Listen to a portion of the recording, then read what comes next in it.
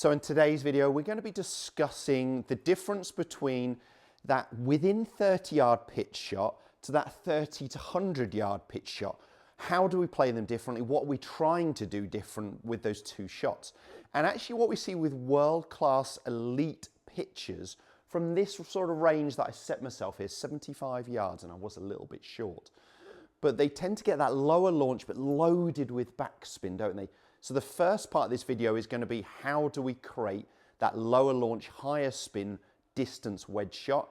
And the second part is going to be the difference then from that shot to that shorter one, where we're a little bit closer to the green and perhaps we can't generate as much spin, because spin is a lot down to speed, and actually when we're taking some speed out of it, we're just not going to generate as much spin. So we need a slightly different method and technique, and nothing I discuss here is going to be particularly technical, and it's all going to be doable for you to take to the course.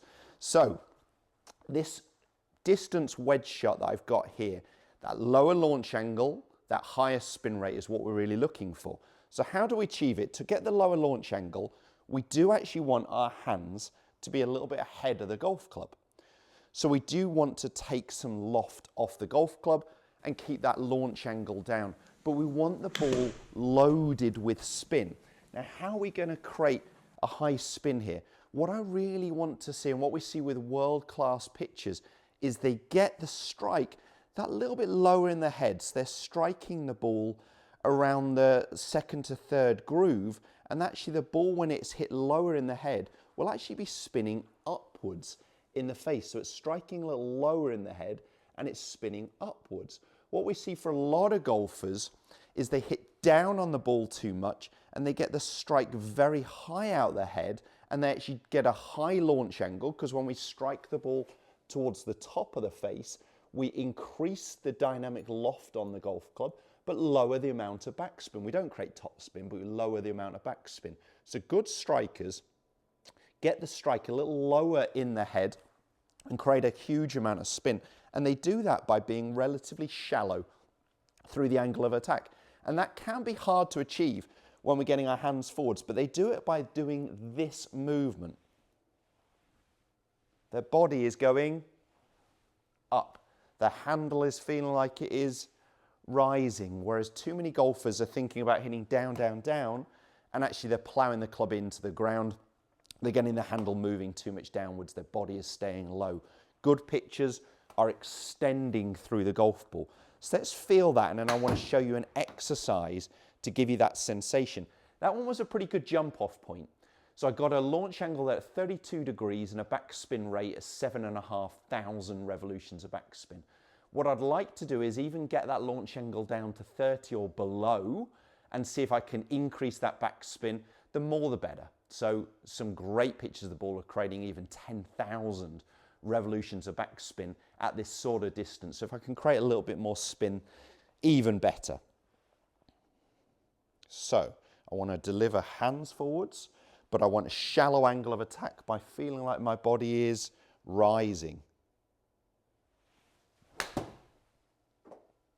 And I'm not so worried, because I'm playing around with method, I'm not so worried about the distance. Okay, so I brought that launch angle.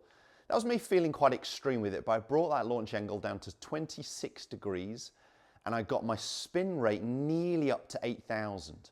So it was a lower launch angle with a higher spin rate. So that was what I was trying to feel.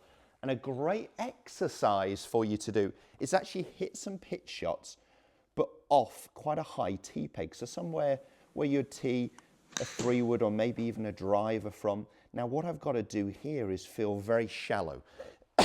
Excuse me, if I hit down on the golf ball, the ball's going to just come way off the top of the golf club, very clunky. It's not going to fly the distance.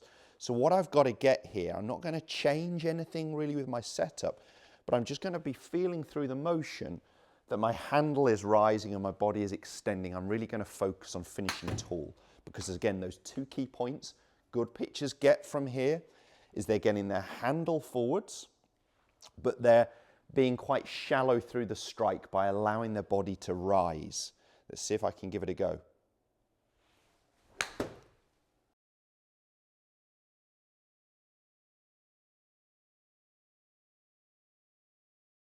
Great. So I picked that ball off the top of the tee peg was the sensation I got there. Again, just a little short, but let's try and look at those numbers.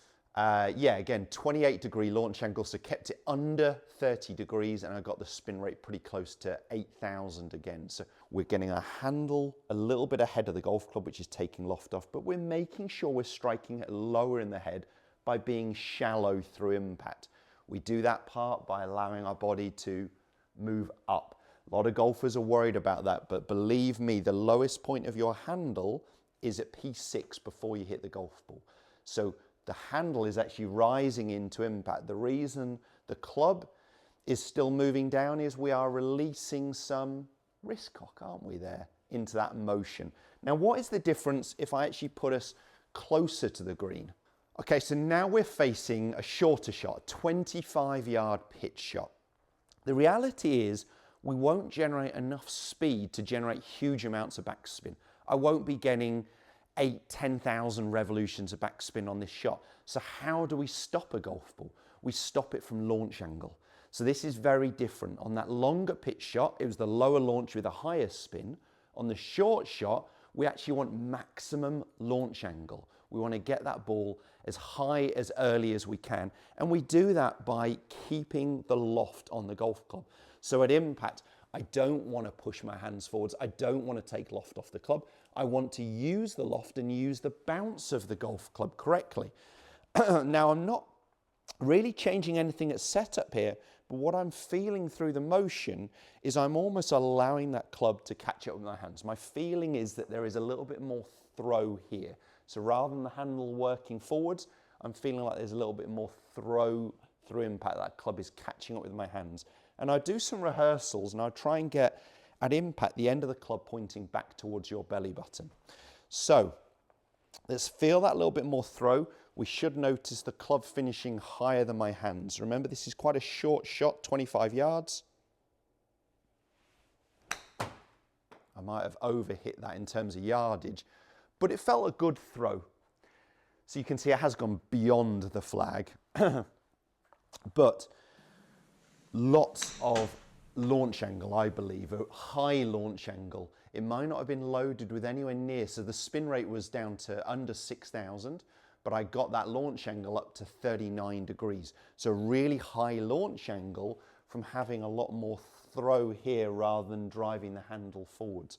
So using the loft, using the bounce. Let's hit one more doing that, see if I can get it a little bit shorter. At setup, you'll have seen my hands are more level with the golf club rather than forwards, and I'm trying to feel like I return that way. So there's a little bit more throw with the wrists.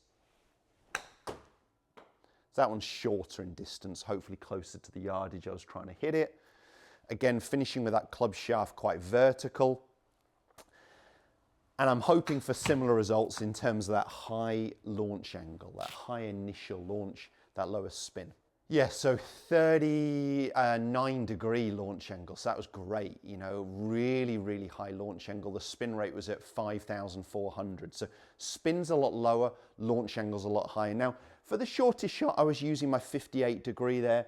For the slightly longer one, I was using my 52-degree gap wedge. So a little bit of that is in loft, but the technique is the biggest part there, where the longer one, we're de-lofting it, but we're being very shallow to get that strike that little lower in the head, creating that spin. The high shot, we're really utilizing the loft, utilizing the bounce of the golf club. Work on both because we need both those shots. And if you do, your short game can start to become world class, and it's really going to help you lower your golf scores. If that video does help, hit the thumbs up and make sure you subscribe to my channel for more content just like this.